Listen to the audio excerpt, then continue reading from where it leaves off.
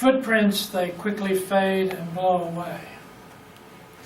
But on occasion, one catches and touches and nourishes and leads to new footprints. I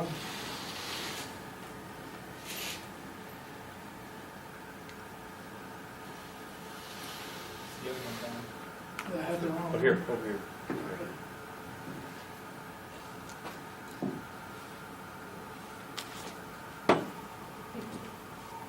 Okay. Technology, it's fantastic.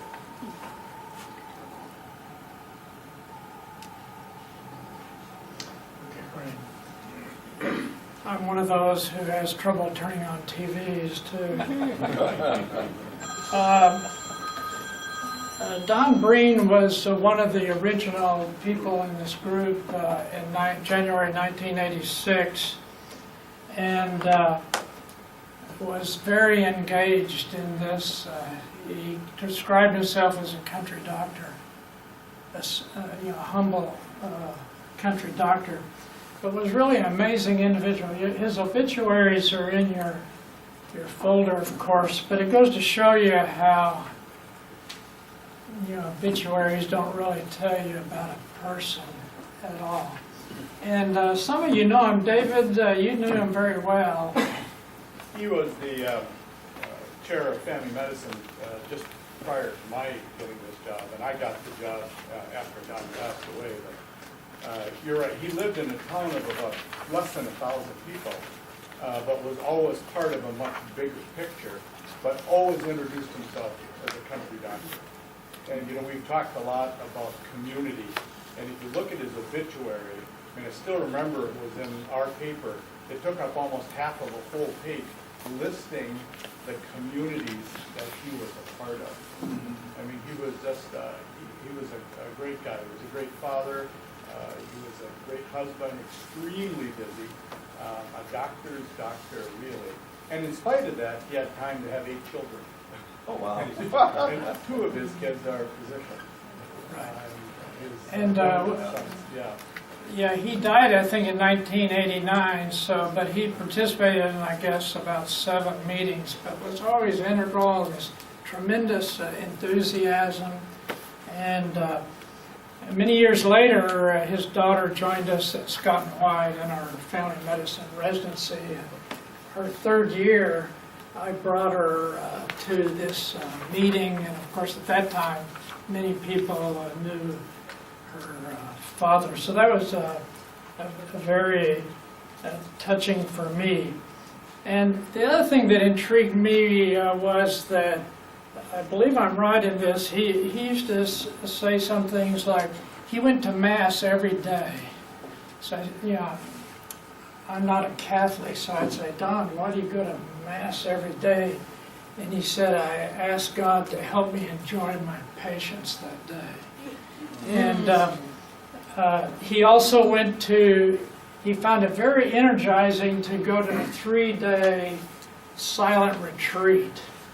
And I just couldn't fathom why anybody would spend 3 days, especially somebody like Don, who's very verbal, to go to a silent retreat. But he said it was incredibly energizing. So I was going with him to a silent retreat the year he died. But I used frequently one of his techniques. In those days, you'd have a chart that wouldn't fit in the box. So every time I had one of those charts you had trouble lifting up, I would briefly say, God, help me enjoy this patient.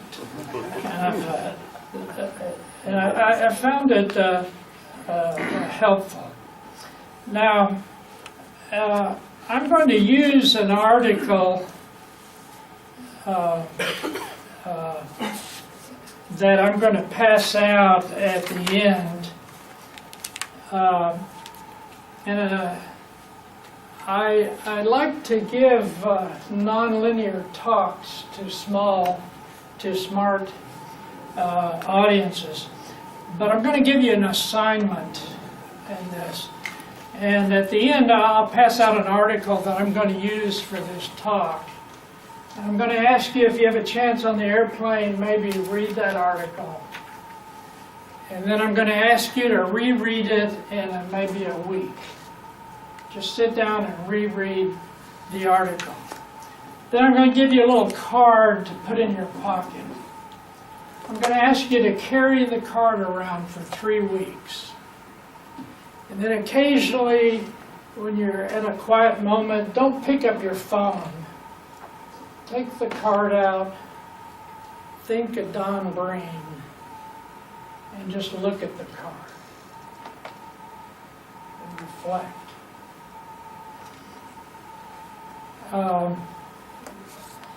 Now,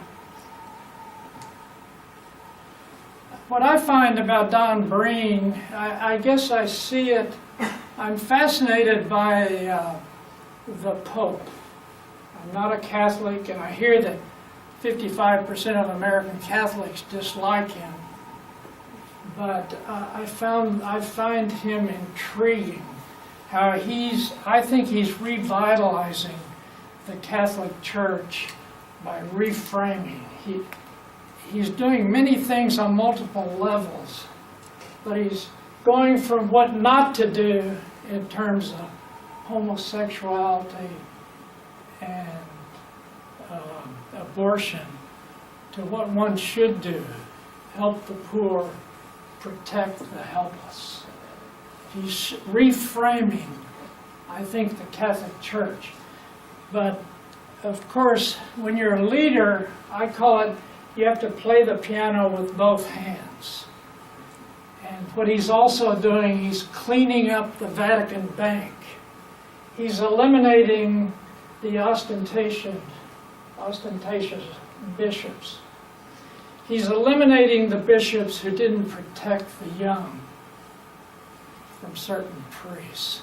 So he's playing it with both hands as he's reframing the Catholic Church. I think he's going to revitalize it through youth. And I find that incredibly impressive. Now I'm going to shift a little bit, and I'm going to read an article. And this came from a physician, Dahlman, in University of North Carolina at Chapel Hill. I don't know him, but he was in JAMA in an article, a brief article. I'm going to read part of it to you if you forgive me. This is the author speaking. I have noticed a troubling phenomenon in patients who are new to my practice and have multiple comorbidities. For example, Joan came to see me a few months ago with a recent medical history that included aggressive breast cancer, resulting in double mastectomy, as well as a wide surgical resection of a melanoma that was discovered sometime later.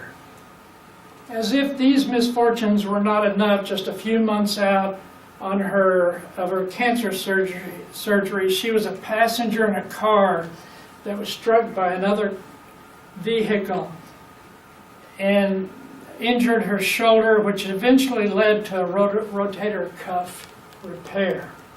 Joan was still in her shoulder immobilizer when she first met me, and she recounted each of these adversities in a measured, almost rehearsed way.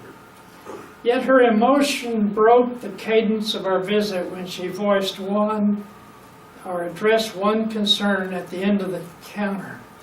So will you be my doctor? Since that meeting, I have been asked that question enough times by others that it has pushed me to find out, why are they thinking this way? Did their doctor retire? Did their doctor die? Did their insurance switch? Did they move? And invariably the answer was, from their doctor, you're too complex. So is it because physicians are so overwhelmed by volume, or is the continual administrative waterboarding of prior authorizations? I love that. Waterboarding, disability requests, FMLA forms, nursing home papers. For the author, the dividing lines lie somewhere between persistent low-level frustration of just trying to get by managing patients who rarely see meaningful improvement and the long-term emotional hazard of caring for those whose lives are permanently disrupted by illness or non-recoverable injuries. I walk that line every day. In my most exasperated clinical moments, I freely admit to wishing that several of these patients would magically end up on my partner's schedules. But when I get to feeling that way, I remind myself that mercy, which is the willingness to enter into the chaos of another, is part and parcel of what I signed up to be a physician. The image of chaos rouses better angels in my nature by restoring a broader perspective of the patient in front of me as a person beyond the suffering and despair that clouds my view and darkens my emotions. Mercy is often attributed to a divine source. Sounds like an outdated concept, but it is a developed human capacity that involves hard, uncertain, and hidden work. For physicians, the difficult work of mercy draws on a personal fortitude that may call us to readily step into the emotional firing line of patient stress and stressed families that eventually do not consume us. Mercy is frequently traveling blind with patients in prognostic and therapeutic uncertainty. A hallmark of mercy is hiddenness. The hallmark of mercy is hiddenness.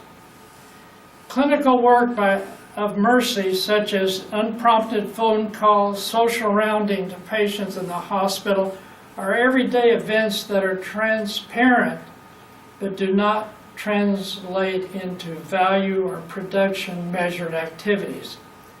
In my early years, I would stick to my biomedical guns with complex patients, and this allowed me to wall off and look over the human turmoil that would be in the exam room.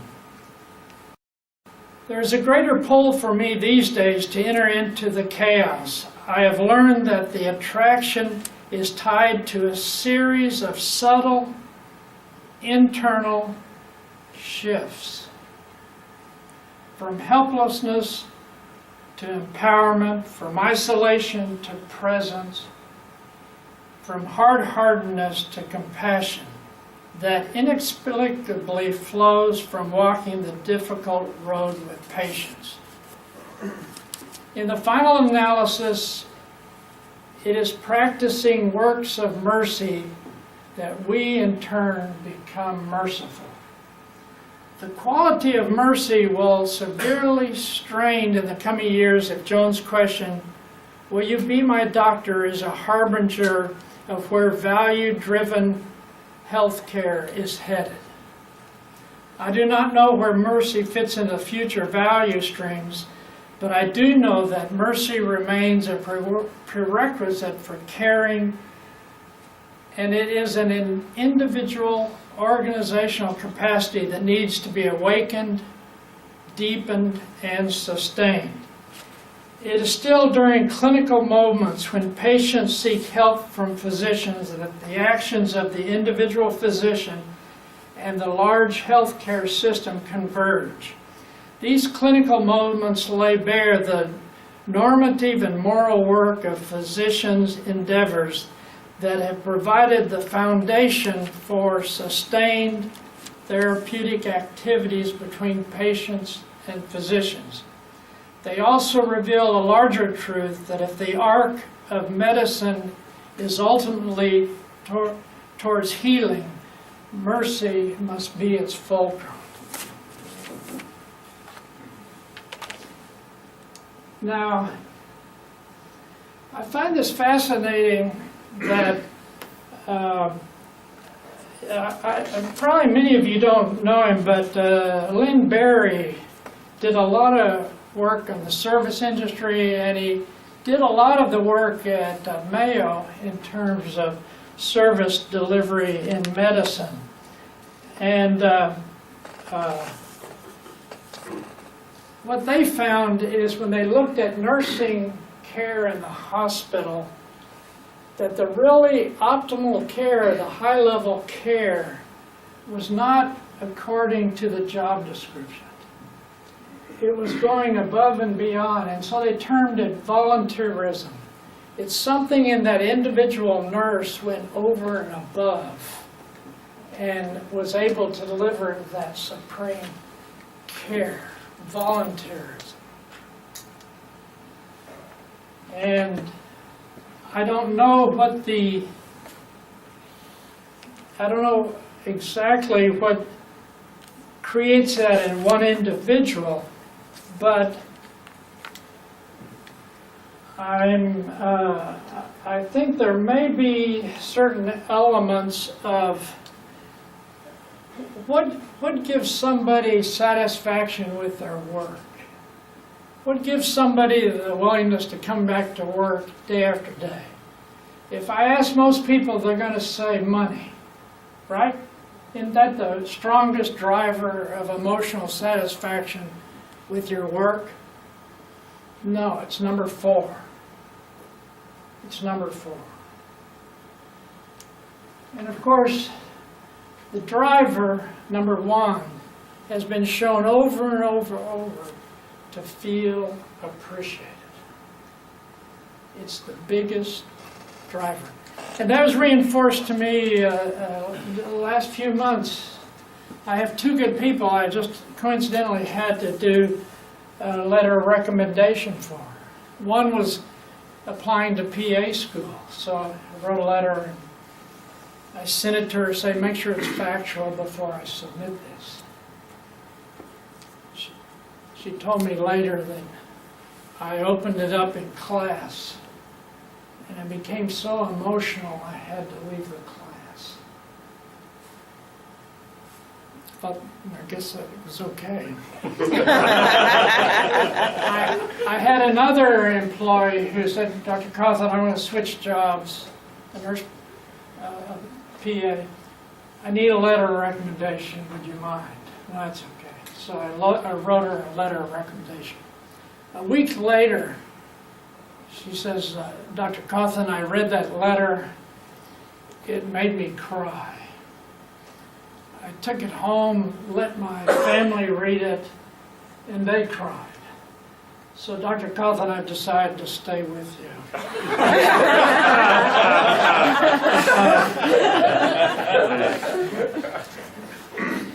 And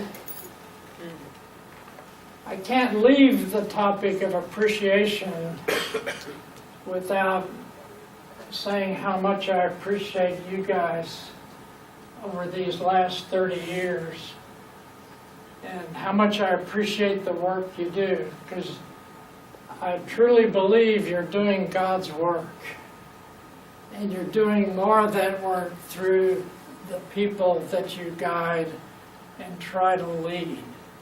And you know, I just can't, you guys at the front, we've been through a lot of wars together over the years, and I just can't begin to tell you how much I appreciate you all and what you've done. Which comes to my final, I think it fits into Alan's presentation. My final point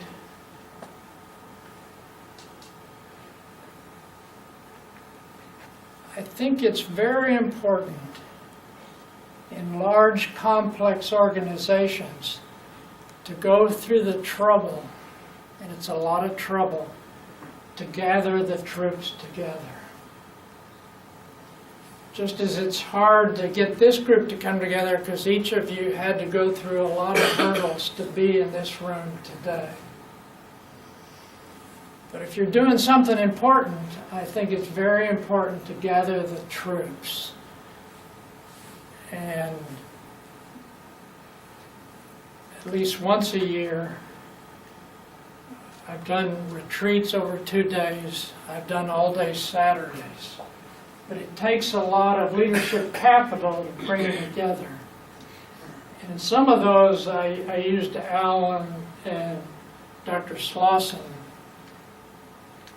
You know, you have to go through the whole process of information, feedback, and all the things that are important.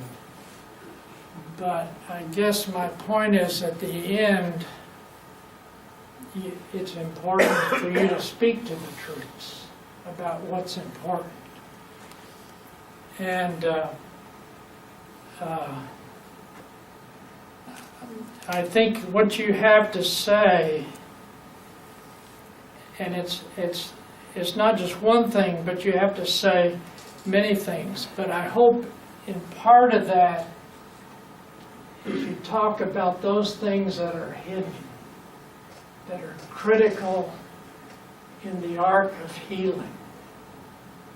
And even though we sometimes say that it's not worthwhile if you can't measure it, there's some things, as we all know, that you can't measure, but you know they're there.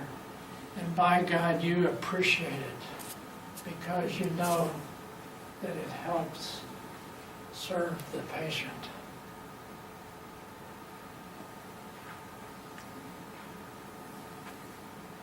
But what do I know? I know I miss Don Breen.